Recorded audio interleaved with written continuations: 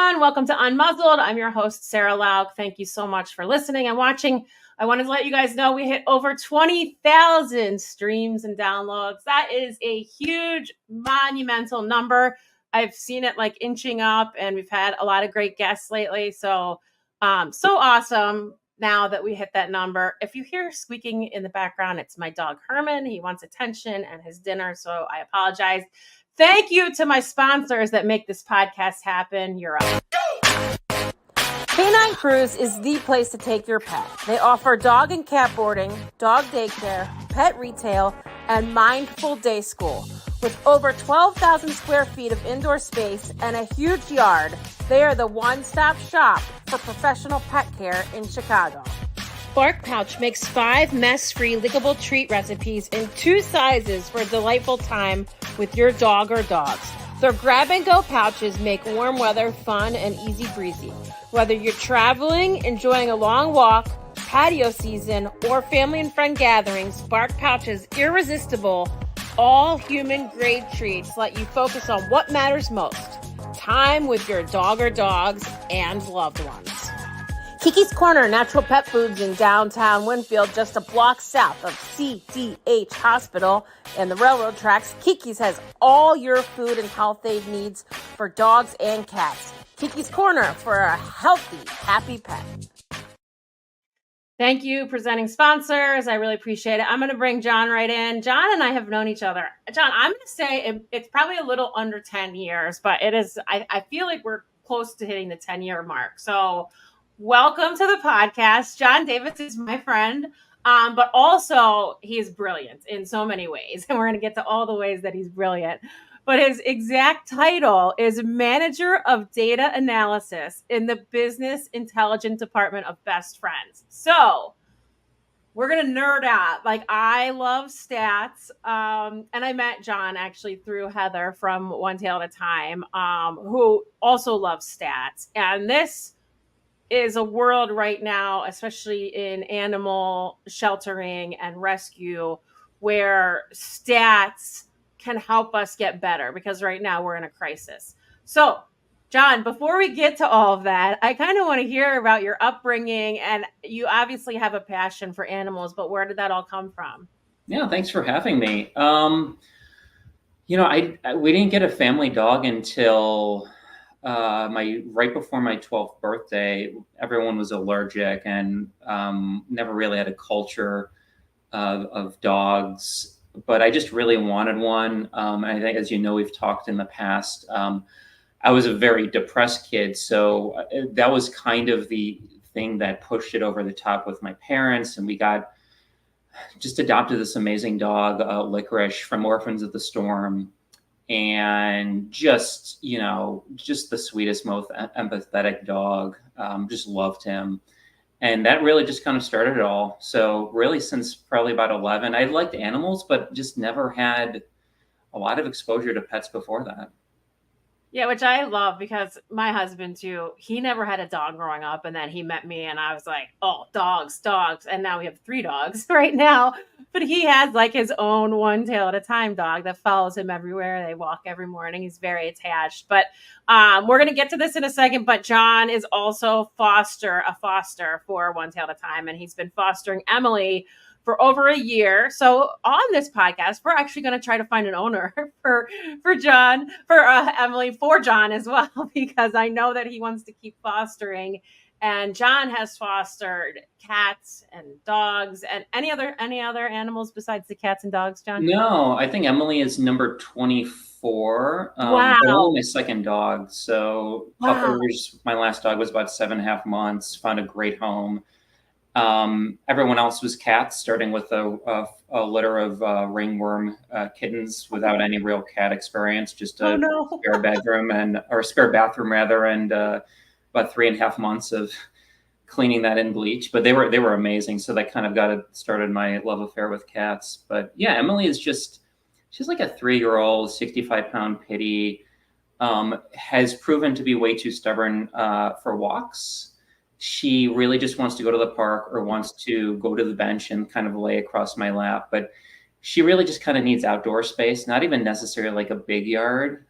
She would love grass, be outside, some sunbathing, but that photo at the adoption center of One Tail at a Time, when I can get her there, which is about a 2-mile walk both ways, it's her happiest place on earth. She absolutely loves it. And then getting her home is very difficult.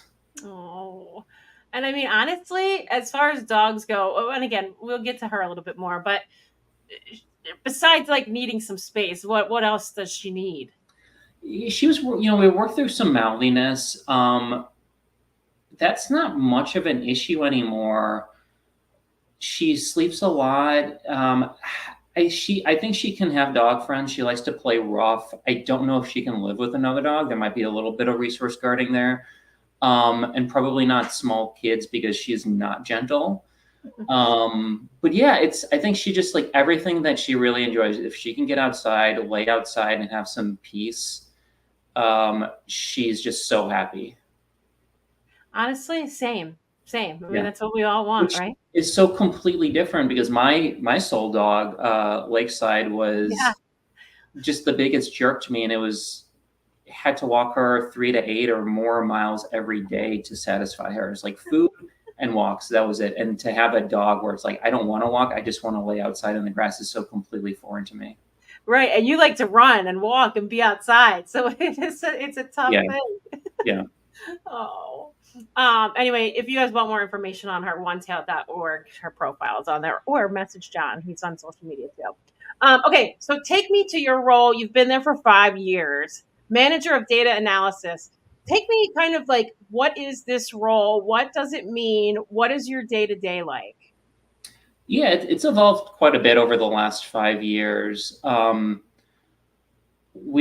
now part of a team that has an even bigger data collection group, as well as data visualization. Data collection is really kind of the heartbeat of what Best Friends is trying to do programmatically and helping shelters to get to no kill. We're at about 62% of shelters in the country are no kill at the moment, which is great, but there's still obviously a ways to go.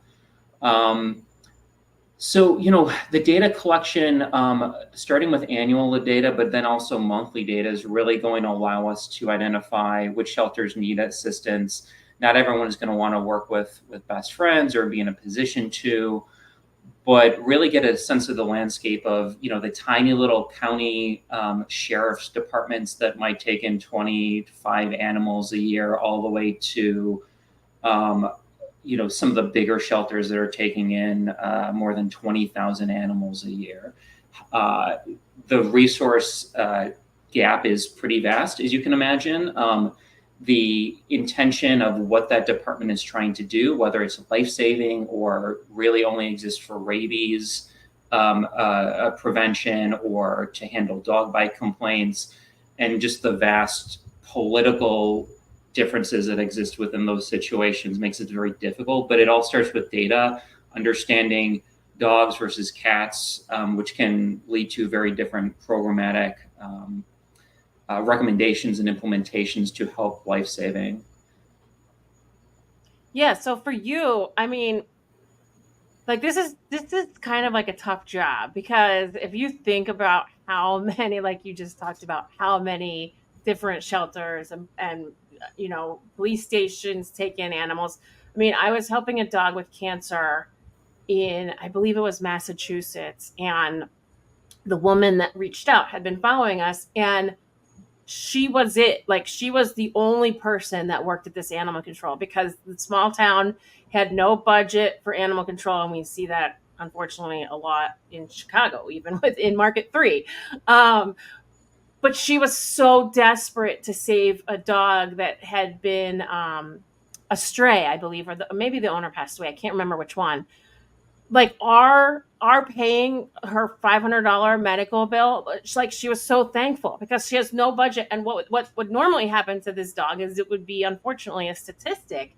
And when you think about these small little places, and I love the stories at Best Friends of seeing like these small little shelters, whether they're city run or privately run, like literally changing everything about them. It is remarkable. So when you're looking at this data, I guess like I kind of want to understand what exactly do they do with the data once you find it? Because the data is so interesting to me. You posted something on a group that we're both in, and I was like shocked by these Chicago Animal Care and Control numbers and how much lower rescues were pulling than last year. We all know why if you're paying attention to shelter and rescue and the animal crisis, like I said in the beginning.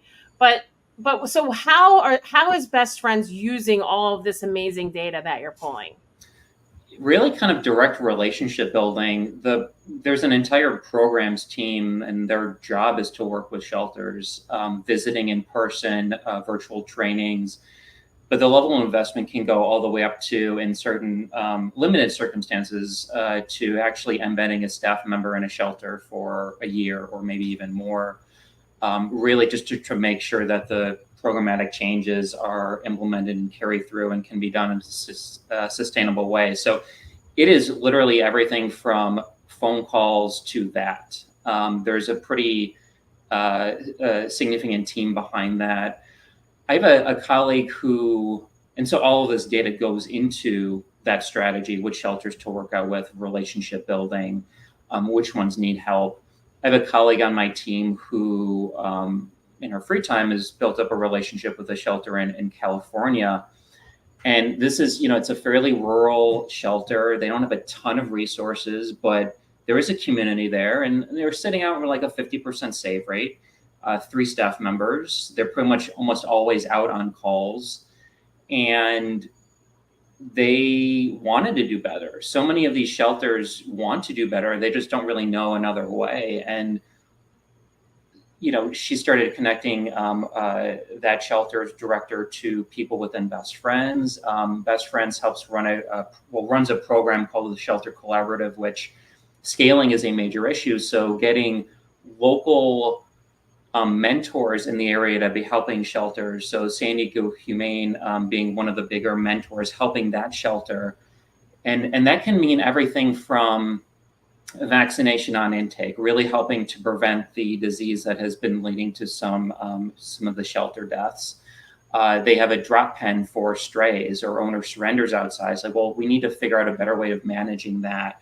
And then increasing adoptions. Adoptions are the biggest topic within animal sheltering right now because they plummeted in 2020. It was intake plummeted, which is why adoptions also plummeted. But there's this misconception that shelter and rescue adoptions went up in 2020. And I think it was probably true for maybe 4 to 6 weeks.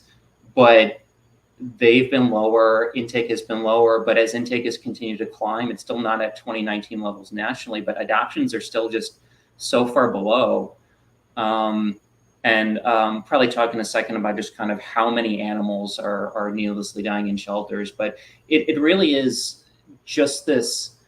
There's so many complicated issues and so much of building out adoption programs and foster programs and getting shelters to try things, getting shelters to trust the community is really kind of the only way that life-saving from through sheltering can work. It's a system that was, 150 years ago built on, dog catching and really just kind of euthanizing all the dogs and all the cats, and life-saving was not part of that foundation. So now trying to create these long-lasting institutions, turn them into life-saving organizations within their community is very challenging, but there has already been such amazing success, even in the last 8 years or so. Best Friends data goes back to 2016, the first, the most data collection we have, where it's like we have a very confident idea of what the life-saving gap was nationally. That was about 1 million dogs and cats needlessly dying in shelters. So not even, this is beyond just, the medical euthanasia and the extreme behavioral euthanasia or neonate kittens dying. These are the additional ones that are just needlessly happening. And there was one estimate back in the 90s where it was about maybe as much as 17 million a year. So we went from 17 million dogs and cats down to about 1 million in 2016. And going into 2020, it was just consistent progress. The gap being about 2/3 cats. And then 2020 happened, it was down to about 300,000. It's gone up a bit since then. We're at about 415,000 nationally. And now it's pretty much even between dogs and cats. But even just since 2016 or since 2019, I think it was, off the top of my head, maybe like 500,000 in 2019. No, it was 600,000 in 2019, basically fell in half from 2019 to 2020. So we're still well below where we were even then. But now it's dogs that are disproportionately struggling, and and adoptions are struggling. So it's all about how do we get shelters to implement, reduce barriers, eliminate barriers, and get more dogs into homes. Yeah. 2 quick points to that. And then I want to talk about like what is the biggest reason that people are surrendering. It is interesting how you said about dog catchers, because I think it was called animal control, and animal care and control, it puts in a little bit more softness, and we are not just taking in dogs to euthanize them or taking in stray dogs and euthanizing them. And it is crazy how it turned at some point. And then I think the municipal shelter thing is so true, or any shelter really, because the problem, and I love that Best Friends like sends people, because the problem is every day all you're doing is cranking. You're cranking because you can't stop, because these animals are nonstop. So to try to get you data or pull these stats or send this, or all they're doing is like cranking all the time. So it's frustrating, I'm sure, to you when you can't get the data, but also these people are working their ass off to try to save animals, shelter them, feed them, medicate them, unfortunately euthanize them if it's overcrowded. So I think sending help is so important, and just to be like a bridge, between their data and you, so that you can continue to help them, is key. But let's get to now, and I love this article. It's a few years old. I thought it was a little bit more recent, but it still is true now. And that is the problem of people being able to keep their pets or take their pets when they move, because of all of these barriers with housing. And we've seen it forever. I mean, when I was volunteering at animal control, a lot of times it was because, okay, I'm moving and my new landlord says, nope, there's, a 20-pound limit, or can't have a pit bull, or even if it's a service dog or a emotional support dog, like you can't have this. So can you kind of go into that, because it is so important, and the people that help, my pit bull's family, those kind of organizations that can help you find a place that does not have these breed restrictions are changing lives every day. But just go into like a little bit of how this happens and how are we ever going to get out of it? Yeah. So not just Best Friends data, partnering with another organization, but some existing research from the past few years also corroborating that housing is the number one reason for owner surrender. It's, I think throughout kind of early pandemic, there was a lot of focus on, are we going to see a huge spike in owner surrenders because of evictions? And, eviction moratoriums helped with that. We haven't necessarily seen, as I mentioned, intake is not back to where it was in 2019. Locally in Chicago, it is in excess of that, but nationally not. Owner surrenders are a really interesting topic, because oftentimes there are chances for intervention, and intervention is such a missing tool for national sheltering, where the goal is not to keep a pet with their family. It's just, well, this is the process. We're overwhelmed. We don't have resources to provide food. We don't have resources to even just, spay, neuter, or vaccination clinics. And so it's like, well, your only option is to surrender your pet, which is not good for anyone. It's not good for the pet. It's not good for the family. It's not good for the shelter. It's not good for the taxpayers. Think about like probably how many times you've heard someone say if a dog or their cat was going to get the necessary medical care, they had to surrender to a shelter, which, again, you understand policy-wise why that happens, but also it would be far cheaper if we just did that and they stayed with their family and the shelter didn't have to take care of them and it didn't take up space or, even end up having to be euthanized. So I think it is such a massive area and it's not one that's going to have an easy fix, unfortunately. I think economic considerations, maybe even more so now than owner surrender, I think are impacting at least dog acquisition. And that's probably one of the biggest things I'm worried about now is not even just adoptions. Adoptions make up less than half of all dog acquisition, but acquisition overall is down. And I think there are a lot of things pointing to economics being a big factor with that, especially with Gen Z and younger generations. One of those reasons for owner surrender is if you have to move in with a family member, if you have to move in back home and the dogs don't get along, or someone is allergic, like that is a pretty common reason for a dog to be surrendered. And with housing, with cost of living, there's a study within the last week from Lending Tree, a survey. There's about 75% of the dog owners expressed concern about the cost of dog food. This might have been pet food in general, not just dogs. And then veterinary services being behind that, not just how expensive things have gotten, but there's a national veterinary shortage. It's impacting shelters especially hard where they can't hire veterinarians.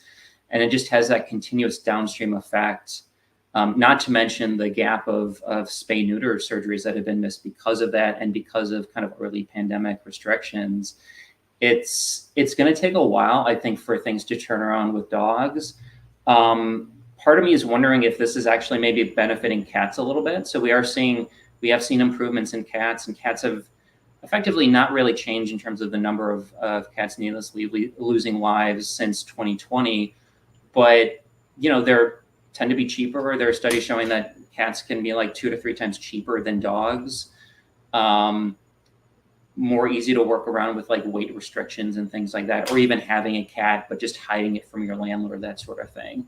So it's not all bad, but it's a tough situation for dogs right now. And it's kind of nationally as bad as it's been since about 2018, and locally since 2016. Yeah, I mean, it's so scary to think about. And I think too, when you look at the organizations that are helping owners, whether it's CRISP or Pet Mutual Aid, where they're able to get vetting, low cost clinics, which we see a lot of organizations doing, those are helping so much, especially right now. They've always helped, but like for people, and as a pet owner, especially since I quit my corporate America job and I'm running 2 small businesses, vet bills are a thing. Like it is not cheap to take your pet to the vet. I mean, every time I go, it's like $500 and I have times 3 dogs. And I can't imagine for people with families, with kids, and then bringing in, a dog and then having to spay, neuter, and, get vaccines. That's why you always want to rescue, because these things are covered. And then you get this beautiful dog or cat sent to you and it's pretty much good to go. So, also that 50% number,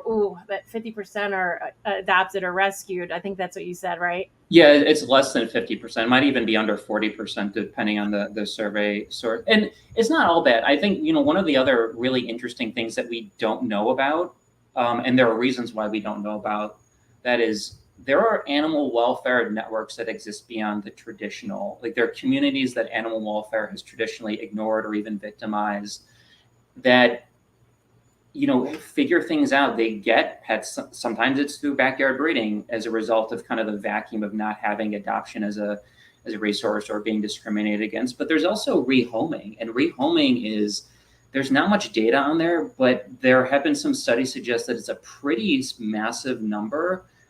The Lending Tree survey I referenced, I don't know if I believe this, but they said that 25% of Gen Z, the Gen Z respondents that they surveyed surrendered a pet. 25%. Now, there's no way that number of pets are going to shelters. So rehoming, like, I can't take care of it, goes to a family member or a friend, or there are rehoming sites where people are posting directly, and those are amazing. Like ultimately, we don't want pets going into shelters unless they are sick or injured. It's not a good place behaviorally for dogs. or cats. It's stressful. The diseases that they can contract are very scary. Even if it's non-fatal, it can be very costly and just a huge hassle for these shelters to deal with. So there are ways of avoiding these shelters, and ultimately we'll get to a point in this country where shelters are not kind of the big building built in the 1970s that's down by the dump and all of the other municipal services. Like, it's more of a community resource, and we're not putting as many dogs and cats in kennels, where they're in foster homes, they're being rehomed directly, they're not going through a central facility. We're not there yet, but I think this is all where we're working toward. Yeah, man, that sounds so nice. I really hope that I see that in my lifetime. I am approaching 50, so we're counting down here, JD. Yeah. So I want to talk a little bit about One Tail, because speaking of progressive and being kind of moving forward, I mean, we talk about this all the time. One Tail, Heather and team, you guys, decided to get away with home visits. And like, why are we doing this? Like, this is just impeding us from moving this animal on. And I know, like, you guys have hundreds of animals right now, like in your system, whether it's in foster, in the One Tail house, in ISO. But as an associate board member, how important is it for you to kind of see progress in various ways with One Tail at a time? Because the things that you guys do, sometimes people are like, how the hell are you guys doing that? And why are you doing it? That scares me. But then when they look at like the results and the data, they're like, we need to do this because this is working. Yeah, adoption barriers and foster barrier reduction, elimination really is probably the biggest thing that any organization can do right now. And it all comes down to trusting your community. I think so much traditionally in animal welfare has been, well, we might have had one instance where we've heard about someone, getting a dog for free and then abusing that dog. And the data, like, yet those sorts of things are happen. They're very rare. Those 1 in 1,000 things that can prevent people from trusting their community are the reason why shelters are backed up. So even a private organization, whether it's like One Tail or a smaller foster-based rescue, or even some of the larger privates, if those organizations are not adopting out as many dogs as they can, and it is a struggle right now, it's a struggle with at One Tail as well.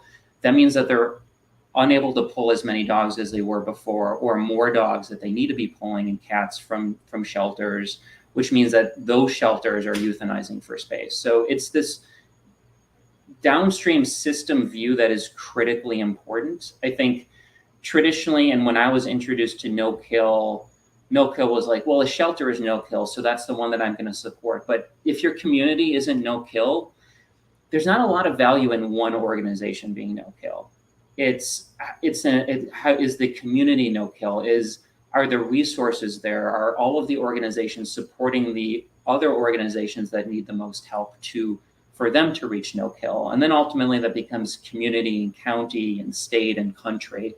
But the only way we do that is by really working together and coordinating. So progressive policies in terms of adoptions and fostering and just getting dogs out and cats out as much as possible, and other animals certainly, is a massive part of that. Because if we're not trusting our community, we are artificially creating bottlenecks, and the people that we're rejecting are going to get a dog or a cat or a pet in some other means, which means breeder, backyard breeder, ideally rehoming. But like, we're effectively encouraging these ways of getting pets that are not, the puppy mills. Like, a lot of these would not necessarily, fade away, but the popularity would go down significantly if adoption and fostering, especially foster to adopt, which, by the way, like, the research shows some of one of the best ways of getting a dog or a cat, especially a dog adopted, is just having someone meet that dog.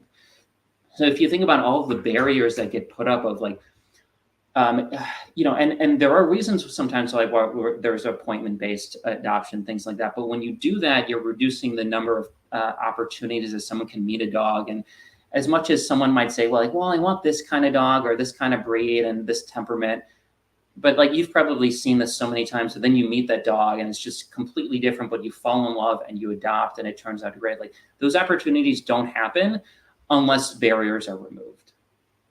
Yeah, and it's so true. And that's why too, like I love when rescues do like these Heather does it a lot, like open house, come meet the dogs. Like we went in, Ship and I went in to adopt a dog in at Anti-Cruelty Society. This is like back in like 2005. We wanted this Akita. We came back the next day. Thank God we did not get the Akita. The Akita was gone. There was this, mixed breed sitting in the corner. Ralph was his name, and we ended up getting him. And like, it's not the dog we went in for, but as soon as we took him out and met him, we were like, this dog was made for us. And he totally was. And that's how Steve is from One Tail at a Time. Like, he was meant to be in our family. So, okay, quickly before we go, just, I tell people about fostering. Is it hard? Yes, it's hard. It's extremely hard, but it is so worth it. And there is no better feeling than finding then a home for the dog, or in my case, if the dog ends up here, it's okay. But can you tell people, because I think it's important for people to know, like, the food is paid for, the vetting is paid for, you have training support. They don't just put you on an island and say, here's a dog, here's a cat, good luck. You really, and especially like One Tail and a lot of the local rescues really support the people that foster for them. So can you just, because you have experience with it, but you're also part of the One Tail team. Yeah. And, when I volunteer at the adoption center, I mean, I think this is, a lot of people will tell people who come in, either they're interested or maybe they wanted to meet a certain dog and it's not the right match. Fostering is the best way to basically just test drive an animal. It's such an amazing way of getting an animal in the home. And that's, I think, the most critical is a sheltering environment, even when there are fewer kennels, like as is with the One Tail Adoption Center. It's not a natural environment. Dogs don't always behave the way that they do in home as they do in that sort of stressful, louder environment. Or, especially if they're coming from foster, now they're in a kennel, and then they go back home if they're adopted. It's like, they're going to be a little bit different. So fostering is a great way of doing that. I don't have an intention of adopting anytime soon. Since my last dog passed away about 2.5 years ago. It's free. Like I had a cat lined up the next day after I said goodbye to my last dog, Lakeside. And it's amazing. Like you just kind of get to experience all of the unique personalities that they have. Like you don't know exactly what you're getting with cats sometimes, but with dogs, she was at the isolation facility for a few weeks. Other volunteers had experience with her, and you just give them a place to stay. And the other thing is, like, oftentimes if you're not going to adopt, getting them out in the community, walking them around, volunteers will take dogs to like Home Depot. Their adoptions happen that way. So it is,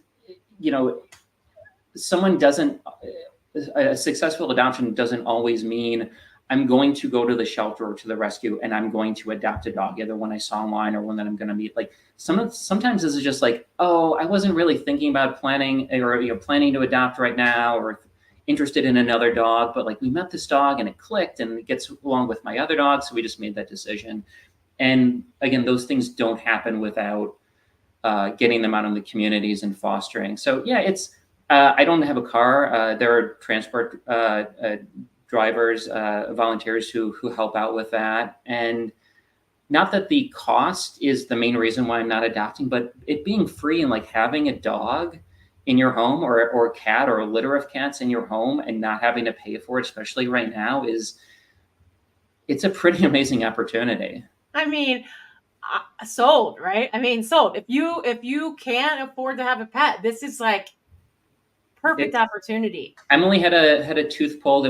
I think it was chipped for a while, and turns out she doesn't let me get a good look at her mouth, but there was a hole in that tooth, and she went in, had a dental extraction of that tooth, and It would be a lot of money. But that it is a one-tail dog. One-tail vet did the extraction, paid for by One Tail, and all I had to do was coordinate the transport of her that day, and a little aftercare.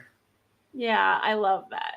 JD, thanks for everything you do. I love data. I love stats. I love that you're on the associate board. Thank you for being a good friend and sharing all of this knowledge with us. I feel like when you have all of this knowledge, it helps us all get better. It doesn't have to be like a shelter manager or, some VP at Best Friends. Like, we can all learn from this data. And sometimes when you look at the data and realize like, oh shit, we got a problem. Like, and if you can afford to be a monthly donor to One Tail or CRISP or if you're not from this area, any organization that's helping pet owners, please do that.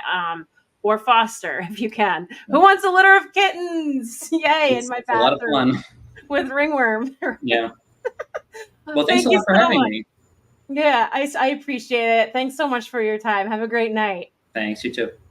John Davis, everybody. Honestly, check out onetail.org check out Emily. I mean, awesome. She's amazing. John is a wealth of knowledge, bestfriends.org.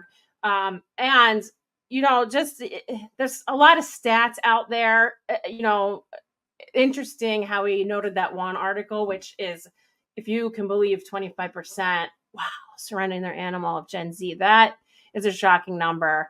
We've also heard that, younger generations are also adapting more. So maybe, that stat makes sense. But I love data. So we'll have John come back on at some point. I really appreciate his time. Supporting sponsors, you're up. Thank you so much to our supporting sponsors. Give the gift of joy and memorable moments of furry loved ones with a gift card from Kimberly Kingen Photography.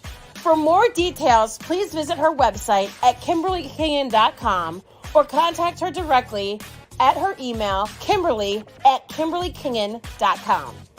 The Canine PT is Chicago's highest rated dog physical therapy clinic, and they're dedicated to enhancing the lives of your four-legged companions as they age or when recovering from an injury. They also offer a discount for rescue dogs. For more information, visit thek9pt.com. That's THEK9pt.com. Anything is Plausible is Chicago's premier dog training company. They offer group classes for every stage of your dog's life and have a talented team of behavior specialists to work through any issues that need modification using positive reinforcement. Check out Anything is Plausible. Liz Starks at Guaranteed Rate. Check with Liz for the absolute best mortgage options. She helps when others can't and even calls it rescue loans. Buyers, sellers, investors, give Liz a call. She can lend in all 50 states. NMLS number 224526. Thank you so much to the sponsors. Thank you for 20,000 downloads and streams. I love that number. I so appreciate everybody that listens and watches every week. It means the world to me. I'll see you guys next week.